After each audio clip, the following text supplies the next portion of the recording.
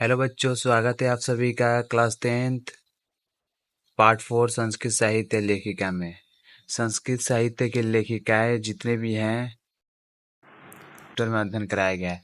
सबसे पहले बोले कि सामंजस्य या नाम पुरुषा नारी सच चलते।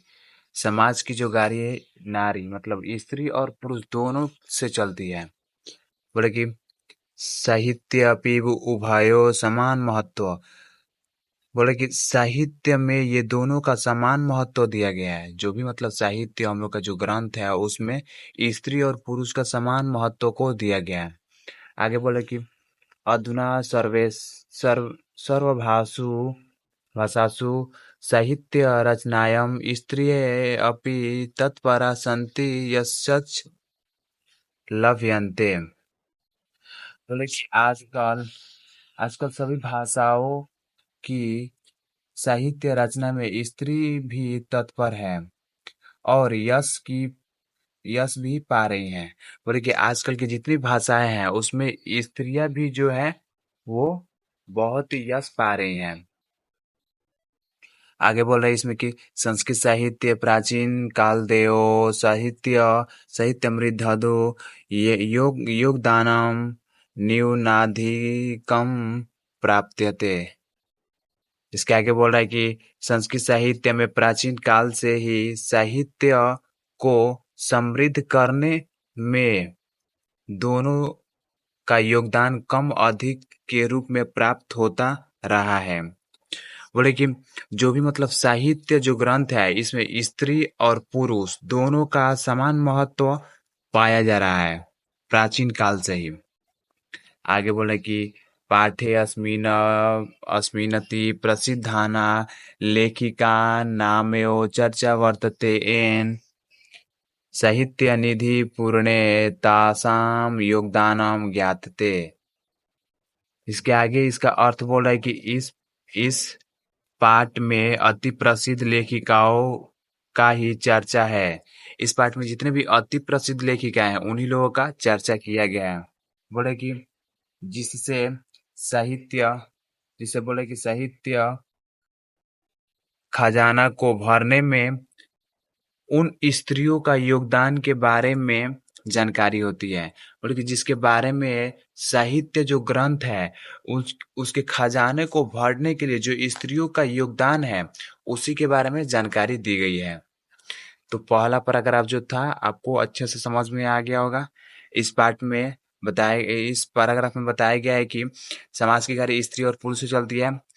आधुनिक बहुत पहले से ही इस जो संस्कृत साहित्य ग्रंथ जो साहित्य है उसमें स्त्री और पुरुष दोनों का समान महत्व दिया जा रहा है और स्त्रियां इसमें यश भी पा रही हैं। सो अब पैराग्राफ अगला स्टार्ट करते हैं।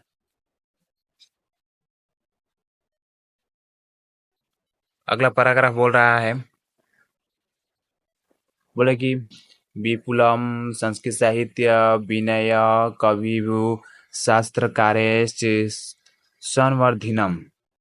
इसका अर्थ बोले कि विशाल संस्कृत साहित्य अनेक कवयित्री तथा शास्त्रकारों द्वारा अत्यधिक समृद्ध किया गया है। बोले कि जो भी मतलब विशाल जो ग्रंथ है जो भी मतलब ये संस्कृत साहित्य जो ग्रंथ है उसको कवियों और शास्त्रकारों द्वारा अत्यधिक समृद्ध बनाया गया है। जो भी कवि लोग हैं उन्हीं के द्वारा इसको अत्यधिक शक्तिशाली बनाया गया है।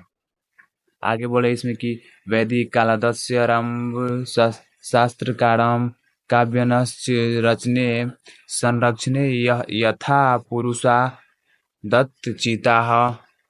बोले कि अभवन्त्यो स्त्री अपि दत्ताओ धाना प्राप्त न्यन्ते। इसके आगे बोल रहा है इसमें कि वैदिक काल के आरंभ से ही शास्त्रों तथा कवियों की रचना और संरक्षण में पुरुष के समान स्त्रियां भी समाधान थी। बोले कि जो भी मतलब वैदिक काल के आरंभ से ही शास्त्र तथा कवियों की रचना और संरक्षण के रूप में समान स्त्रियां भी सावधान थी समाधान थी। ठीक है। आगे बोले इसमें कि वैदिक युग मंत्रणाम दर्शनम न केवल ऋषिया प्राप्त्यत ऋषिका अति संति। बोले कि वैदिक युग में ऋषि एवं ऋषि पत्नी दोनों दोनों ही मंत्रों की रचना करते थे। बोले कि जो भी मतलब वैदिक युग है इसमें न केवल ऋषि लोग बल्कि ऋषि लोग की पत्नियां भी इसमें दोनों मिलकर मंत्रों का रचना करती हैं। आगे बोल रहा है इसमें, बोले कि ऋग्वेद चतुर्विंशति अथर्ववेद पंच ऋषि सच निधि सत्य यथा यमी अपाला उर्वशी इंद्राणी वागाम भृणी। इसके आगे बोल रहा है इसमें, बोले कि ऋग्वेद में 24 और अथर्ववेद में 5 ऋषि का पत्नियों उपलब्ध उल्लिखित है। बोले कि जो ऋग्वेद है इसमें ऋग्वेद में 24 स्त्रियां और अर्थव जो वेद है उसमें 5 स्त्रियों का वर्णन किया गया है। क्योंकि जो ऋग्वेद है उसमें पहले ही है यमी अपाला उर्वशी इंद्राणी वगाम भृणी आदि, ये लेखिका है जो कि मतलब अर्थवेद की में इनका उल्लेख किया गया है। अब पैराग्राफ 3 बोल रहा है कि वृहदारण्यक उपनिषद याज्ञवल्क्य पत्नी मैत्रेय दर्शन रुचिमती वर्णिता यम याज्ञवल्क्य आत्मतत्व शिक्षयति। इसका अर्थ हो जाए कि वेदनारायण उपनिषद में याज्ञवल्क्य की पत्नी मैत्रेय दार्शनिक रूप में वर्णित की गई है। बोले कि वेद नारायण जो उपनिषद है इसमें याज्ञवल्क्य की पत्नी मैत्रेय की दार्शनिक रूप से वर्णित है। क्वेश्चन आएगा कि याज्ञवल्क्य की पत्नी कौन थी, तो याज्ञवल्क्य की पत्नी मैत्रेय थी। अगला क्वेश्चन आ जाए कि वेद नारायण में किसका दार्शनिक वर्णित किया गया है, तो मैत्रेय की। आगे बोला इसमें कि बोले कि जिनको याज्ञवल्क्य ने आत्म तत्व की शिक्षा देते हैं, इन्हीं को जो मैत्रेय थी इन्हीं को जो याज्ञवल्क्य है ये क्या देते हैं, आत्म तत्व की शिक्षा देते हैं। आगे बोले कि जनकस्य सभाया शास्त्र कुशलम गाग्री वाचनवी तिष्ठयति अस्म। बोले कि जनक की सभा में शास्त्रार्थ कुशला गार्गी नामक विदुषी रहती थी। क्वेश्चन है कि जनक की सभा में शास्त्र कुशला कौन थी, तो गाग्री थी। आगे बोले इसमें कि महाभारते अपि जीवन पर्याप्त वेदांत शीलनम पराया सुलभाया वर्ण्यते लभ्यन्ते। बोले कि महाभारत में भी जीवन प्रयत्न वेदांत अध्ययन में स्त्रियां रहीं। बोले कि यह बात आसानी से वर्णन में मिलती है। ये जितनी बात है इसमें, ये जो महाभारत है इसमें जो स्त्रियां जो है इनका जो मतलब बात है ये आसानी से उसमें वर्णन के रूप में मिलता है। अगला पैराग्राफ बोल रहा है पैराग्राफ 4 बोल रहा है कि बोले कि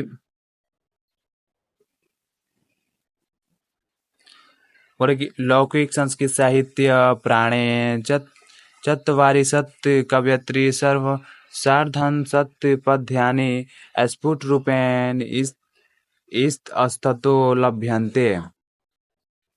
इसका अर्थ हो जाएगा कि लौकिक संस्कृत साहित्य में प्रायः 40 कवयित्रियों का 150 पदे स्फुट रूप में जहां तहां प्राप्त है।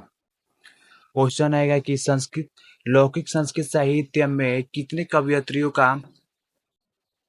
कवयित्री हैं, तो 40 कवयित्री। और बोलेगा कि लौकिक संस्कृत साहित्य में कितने कवयित्रियों का स्फुट पद के रूप में पाया जाता है, तो 150। ठीक है, ये दो ऑब्जेक्टिव क्वेश्चन यहाँ से हो गया। आगे बोले इसमें कि तासु विजयंका प्रथम कपला वर्तते स च श्याम वार्णिसिद पद ये नानेन स्फुट भवति। इसके आगे बोले कि उनमें विजयांका का प्रथम कल्प है। क्वेश्चन आएगा कि उनमें किसमें विजयांका का प्रथम कल्प है, तो जो लौकिक संस्कृत साहित्य है उसमें। आगे बोल रहा है कि वह श्याम वर्ण की थी। क्वेश्चन है कि श्याम वर्ण की कौन थी, तो विजयंका थी। यह इस पद से स्पष्ट होता है। ये जो मतलब लौकिक संस्कृत साहित्य में जो 40 कवयित्री हैं, इन्हीं के जो पद है इसी से स्पष्ट होता है कि जो मतलब विजयंका है वो श्याम वर्ण की थी। सो अब पांचवा पैराग्राफ के पास आ जाते हैं, जो कि बोल रहा है कि नीलो अस्पल दल श्यामा विजयंका जनता विथेयो दंडिता प्रोक्त सर्व शुक्ला सरस्वती। इसका अर्थ हुआ कि नीले कमल के समान श्याम वर्ण की विजयंका को न जानते हुए सरस्वती को सर्व शुक्ला डांडी द्वारा व्यर्थ ही कहा गया है। लेकिन नीले कमल के समान जो श्याम वर्ण की जो विजयंका है उसको न जानते हुए सर्व सरस्वती को सर्व शुक्ला डांडी द्वारा व्यर्थ ही कहा गया है। अब आ जाते हैं अगला पैराग्राफ में। तो अगला पैराग्राफ बोल रहा है, 6 नंबर पैराग्राफ बोल रहा है कि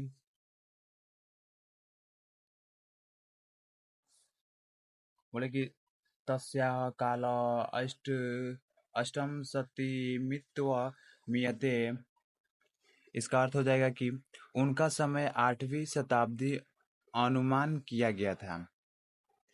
आगे बोले कि चालुक्य वंशीय चंद्रादित्य रानी वीरान रागी विजय भट्टारिका क्यो विजयंका इति मान्यते।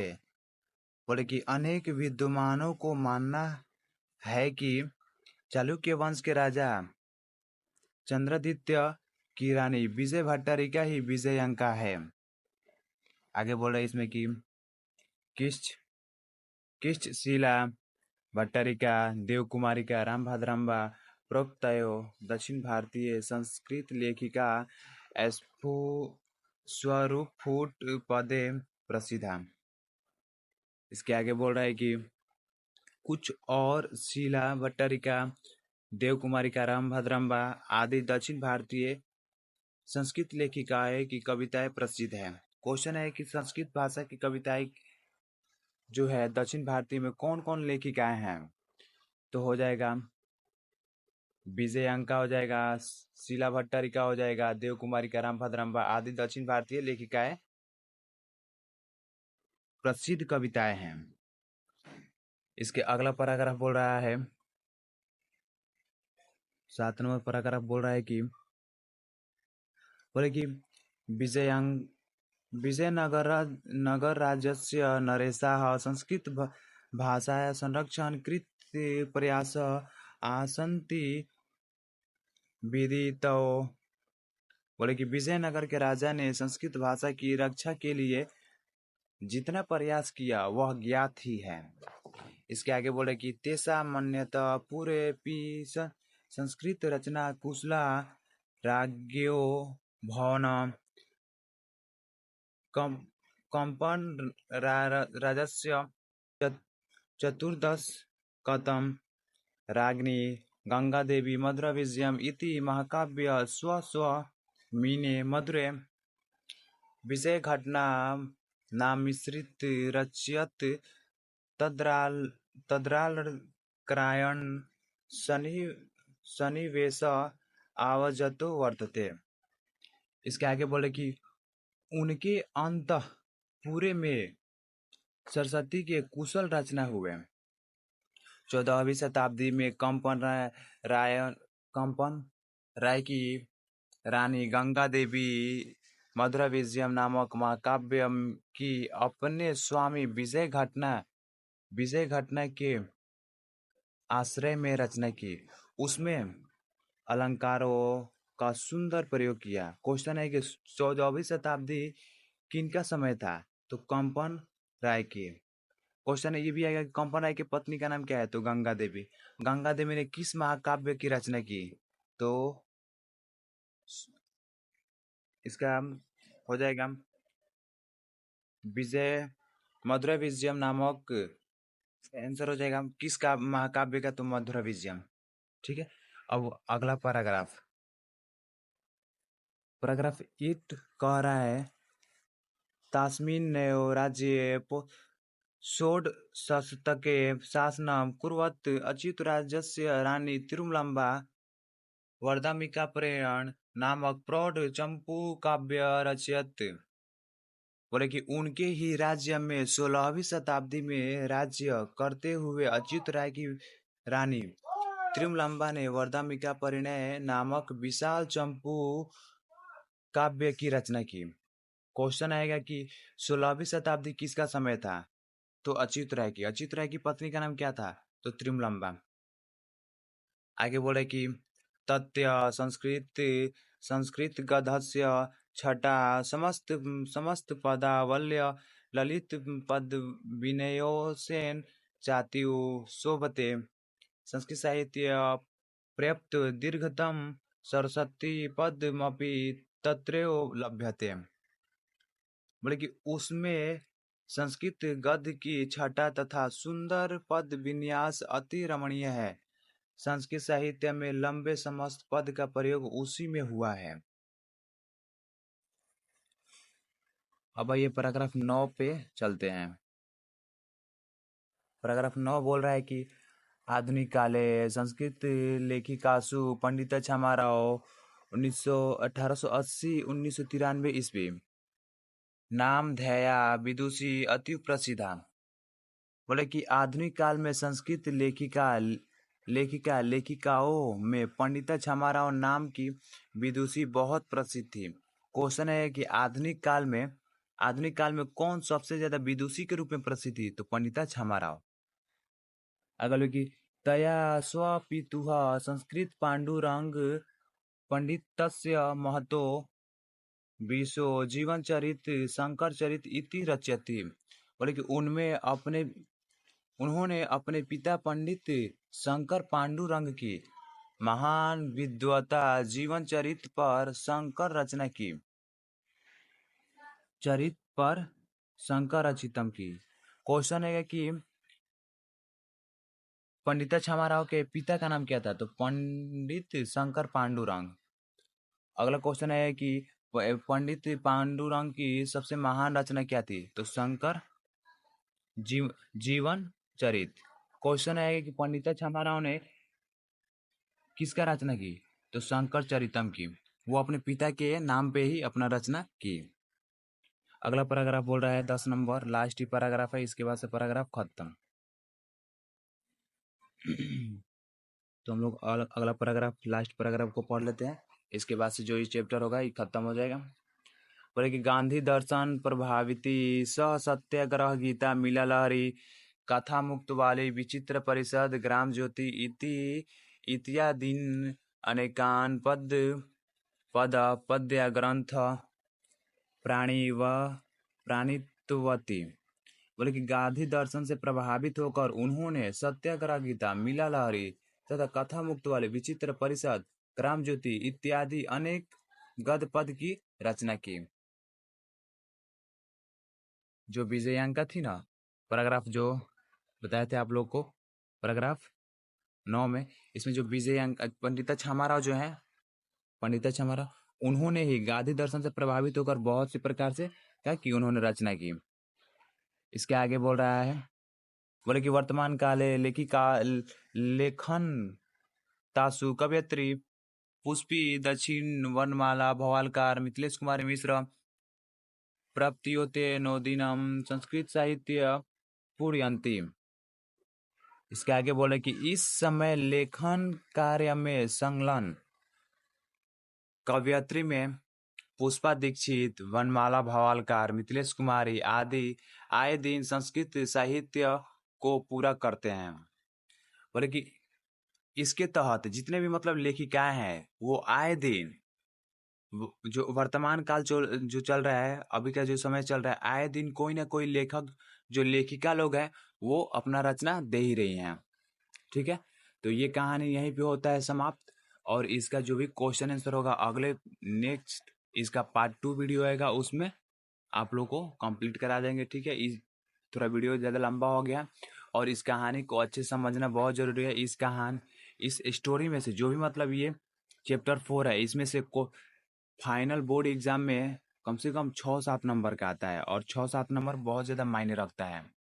6-7 नंबर से भी कोई भी लड़का या लड़की फेल भी हो सकता है और पास भी हो सकता है। इसलिए कोई भी चैप्टर को इग्नोर नहीं करना है, उसको बहुत ही अच्छे से आप लोग को पढ़ना है। कोई भी दिक्कत हो तो कमेंट बॉक्स में करें, और अपने दोस्तों के पास इस वीडियो को जरूर से शेयर करें और लाइक करें। कमेंट में जरूर बताएं कि आपको ये वीडियो कैसा लगा। So thank you.